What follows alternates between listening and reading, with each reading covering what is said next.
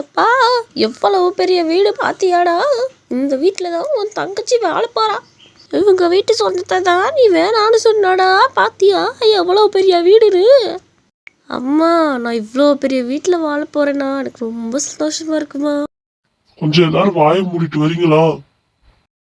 எவ்வளவு நேரம் கூப்பிட்றேன், இன்னும் இவளை காணா, எங்கே போனான்னு தெரியல.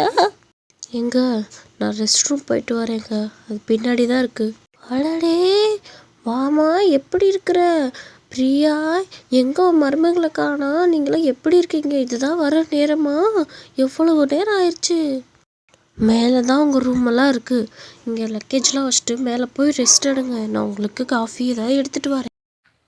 ராணி வந்தா மேலே வர சொல்லு. அம்மா, பாத்தியா எவ்வளோ பெரிய வீடு? இந்த வீட்டில் தான் நான் வாழ போகிறேன்.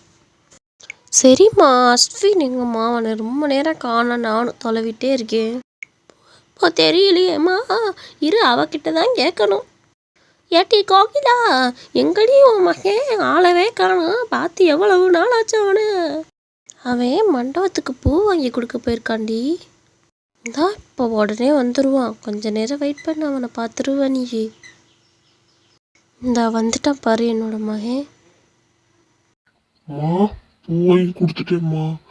ஒரு வழியா எல்லா வேலையும் முடிச்சாச்சு. நாளைக்கு காது குத்துறது மட்டும்தான். ஹாய் ஆண்டி, எப்படி இருக்கிறீங்க? நல்லா இருக்கீங்களா? நான் நல்லா இருக்கேன் சாமி. நீ எப்படி இருக்கிற? உன்னையெல்லாம் சின்ன வயசுல பார்த்தது. ஹாய் பிரியா, நீங்க எப்படி இருக்கிறீங்க? நம்ம 2 பேரும் சின்ன வயசுல எல்லாம் விளையாடுவோம், அதெல்லாம் ஞாபகம் இருக்கா உங்களுக்கு?